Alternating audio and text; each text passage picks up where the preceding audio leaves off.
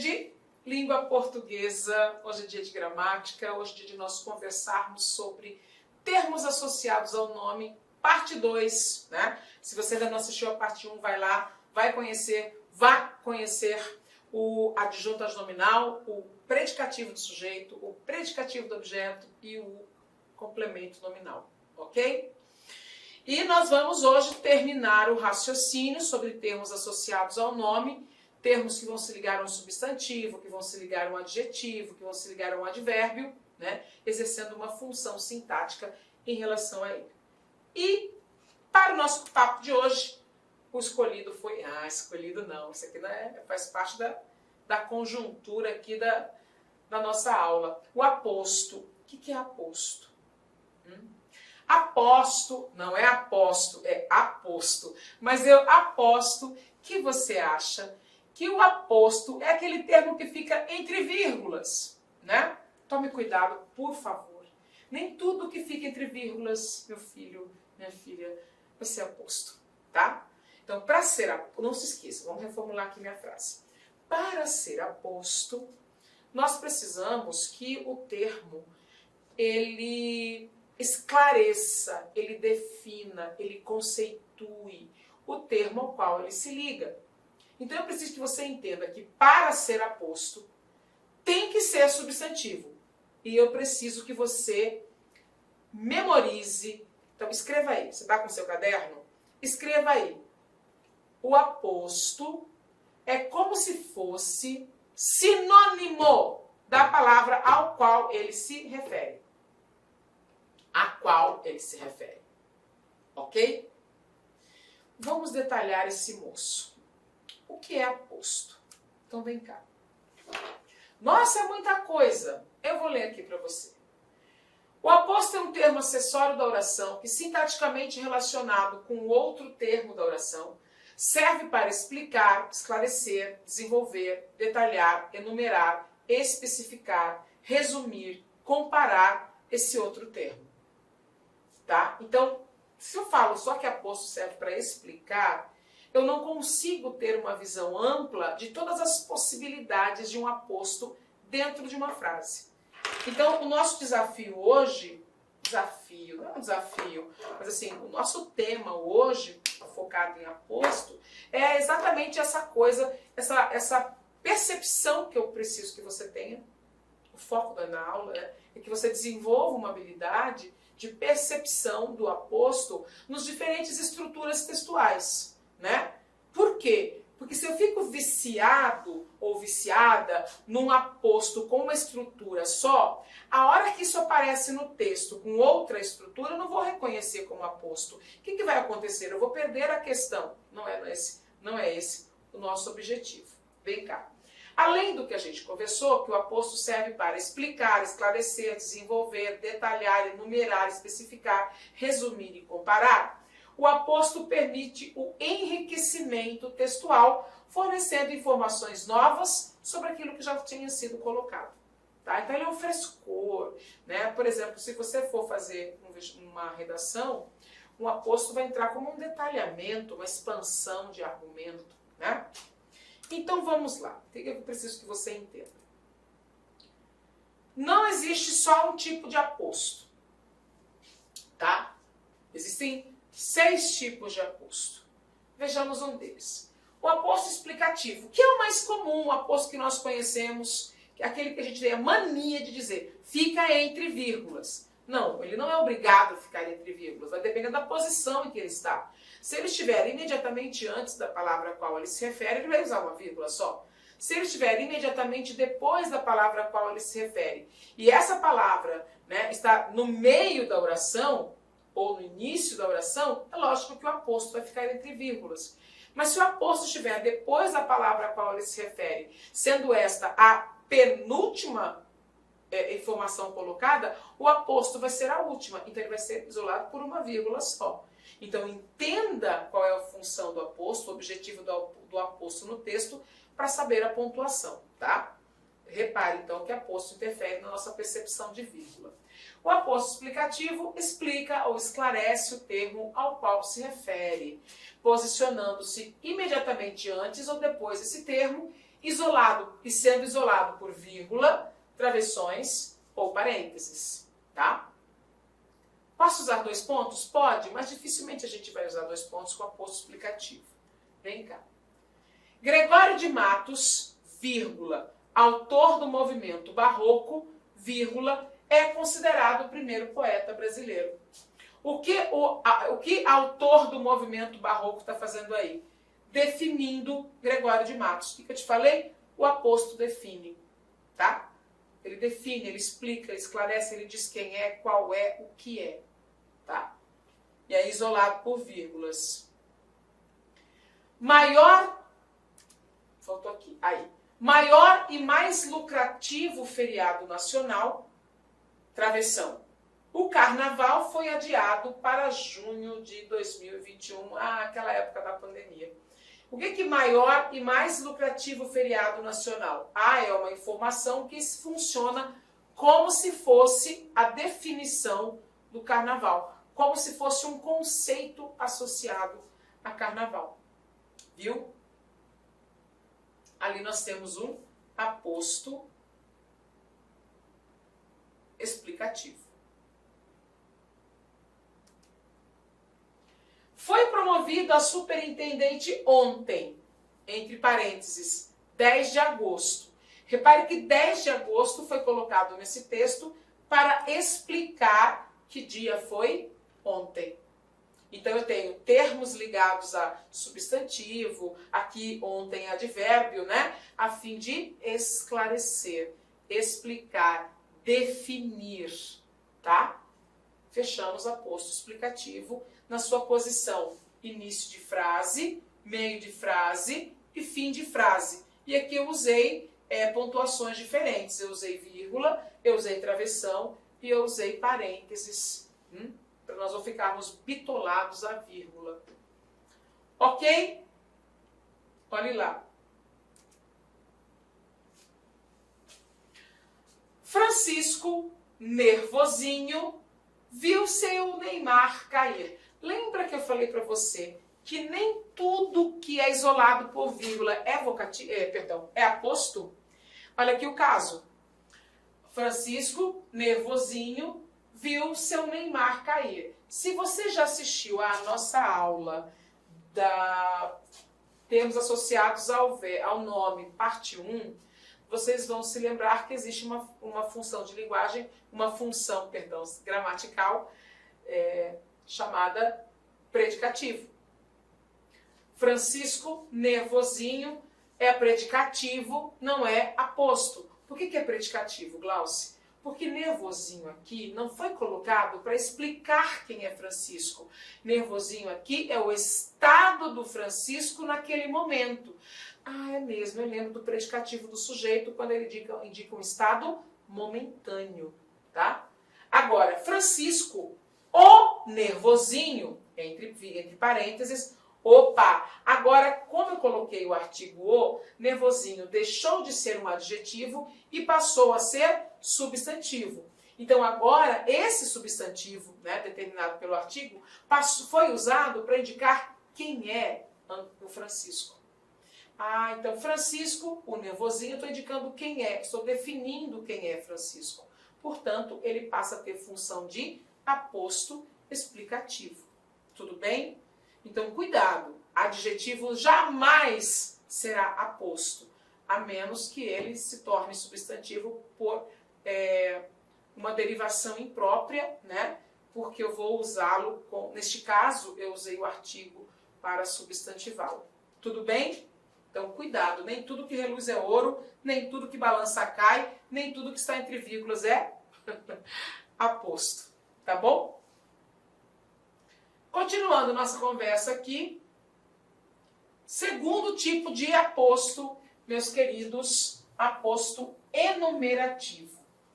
Glauce, é muito aposto. Mas eu vou falar de todos, não quero nem saber. Por quê? Porque eu preciso que você entenda as nomenclaturas e as estruturas, tá? Aposto enumerativo é uma sequência de termos usados para desmembrar. Olha essa palavra.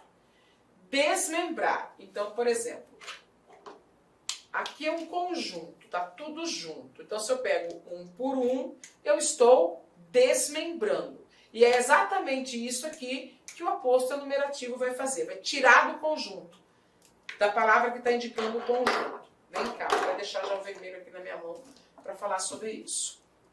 O que que nós temos? Pega o exemplo.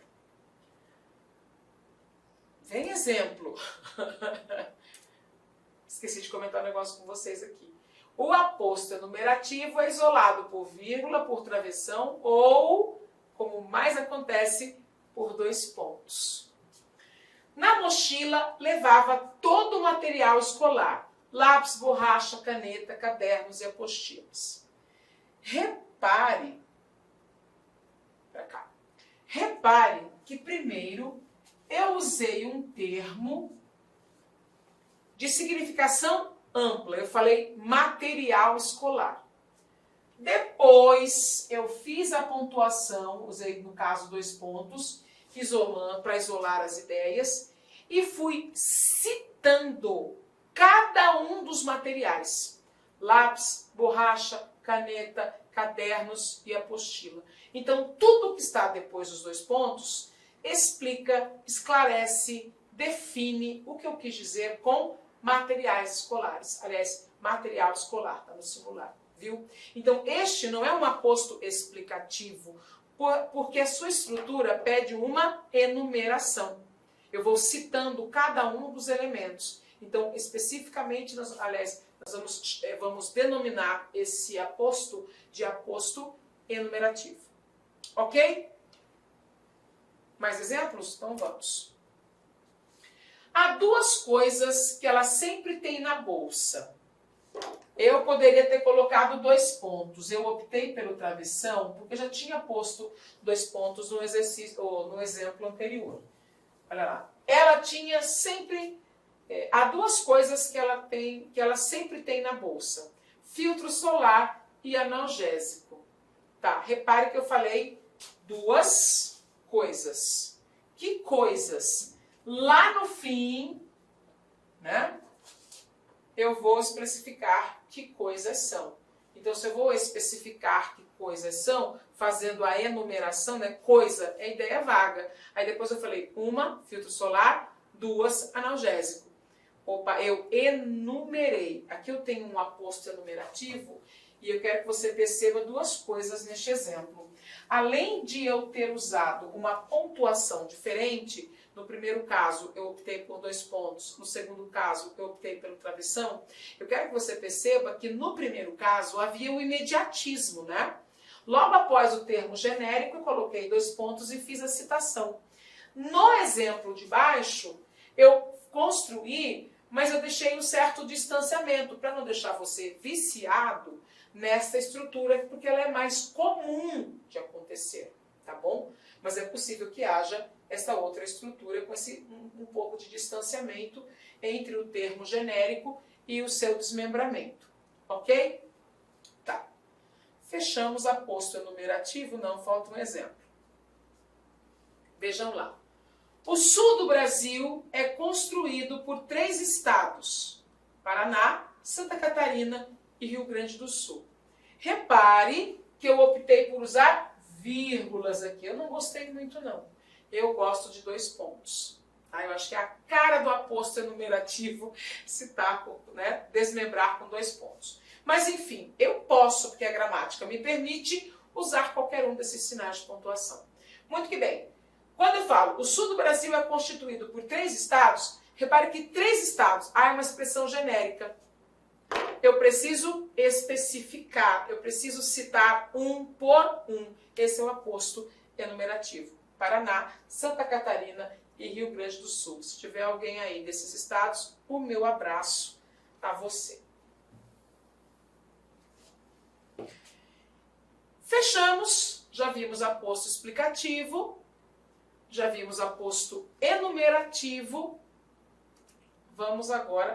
tem as setas que eu preciso fazer. Eu faço umas figuras nos meus slides. Aí eu fico lá, ó Senhor. Passamos. Tá. Aí hoje eu trouxe uma coisa diferentona, assim. Eu trouxe imagens, textos do nosso dia a dia, coisas que nós vemos numa revista, na internet, numa embalagem, para vocês perceberem que na prática nós empregamos aquilo que nós estudamos na teoria, né? Olha essa frase que bonita. Tem uma lista de agradecimentos com um só destinatário. 2 pontos. Você. Então você é explica quem é o destinatário. Aqui nós temos o você como aposto. Olha que bonita aquela. O progresso só depende de 2 coisas. Tendo isso, você pode conquistar o mundo. Aliás, eu pulei. O progresso só depende de 2 coisas. Foco e estudo. Tendo isso, você pode conquistar o mundo. Né? Não é uma indireta. Não, longe de mim tá jogando indireta para você nessa altura do campeonato. Não precisa. Foco e estudo, galera. Vocês têm um objetivo? Foco e estudo. Então, volta aquele exemplo. 2 coisas, 2 pontos. Eu vou citar quais são. Ali nós temos de novo o aposto enumerativo. Ok? Firmes e fortes para nós continuarmos? Eu falei que são 6, nós só vimos 2. Né? Então, vem.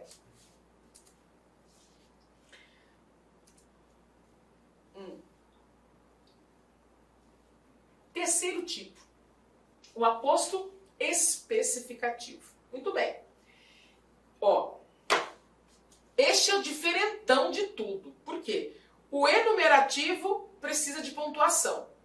O explicativo precisa de pontuação. O especificativo não precisa de pontuação. Fechamos? Não tem pontuação para ele. Ele fica lado a lado com o substantivo ao qual ele se refere e ele não pode ser isolado por sinal de pontuação algum. Veja lá. O aposto especificativo é um nome próprio do termo ao qual se refere. Não admite pontuação. Olha lá. O rio Tietê é o mais poluído do estado de São Paulo. Tietê é um substantivo próprio que está dizendo o nome próprio do substantivo comum rio. São Paulo, o nome próprio, tá? Nome próprio, substantivo próprio, está escrito com inicial maiúscula. São Paulo é substantivo próprio que dá nome ao substantivo estado, substantivo comum. Então, Tietê é aposto especificativo. Não pode ser isolado por vírgula, porque o objetivo dele é especificar. E quem especifica não pode ser isolado por vírgula, tá? A escritora Lígia Fagundes lançou mais um conto. Lígia Fagundes é o nome da escritora. Então tem a palavra escritora primeiro, que é o substantivo comum, e aí o nome da pessoa, do ser que especifica o substantivo comum. O evento divulgado pelo jornal A Gazeta. A Gazeta é o nome próprio que especifica o nome jornal. Viu? Esse exemplo é mais tranquilo, né? Então nós temos aqui 3 situações em que temos aposto especificativo. E olha lá como a estrutura, pessoal, a estrutura neste caso, ela é completamente diferente da estrutura dos outros tipos de aposto. Você conhecia? Você conhecia? Você sabia que aposto não é só aquilo que fica entre parênteses, entre vírgulas, que você coloca, olha aqui, um aposto sem pontuação nenhuma, tá? Ficou fofinho, né? Olha lá. O aposto especificativo sempre será um substantivo próprio, ou seja, sempre será iniciado, terá a sua inicial maiúscula, né? O nome pelo qual o substantivo comum é chamado. Então, ele é o título. Então, você coloca assim, na música tal, tal é o nome da música, tal vai ser aposto, tá bom? Ai, na época do corona, na época da pandemia, gente, essa imagem foi tão linda. E, ao mesmo tempo, tão doída, independentemente de religião. Você vê o Papa atravessando a praça sozinho, aquela sensação de solidão, de tudo, né? Passou, graças a Deus, né? Papa reza só na Praça São Pedro. Qual é o nome da praça? São Pedro. Então, São Pedro é aposto da palavra praça nesta chamada, né? O azul dá uma paz, né, gente? Como o azul é bom. Continuando, vamos para o quarto tipo de aposto.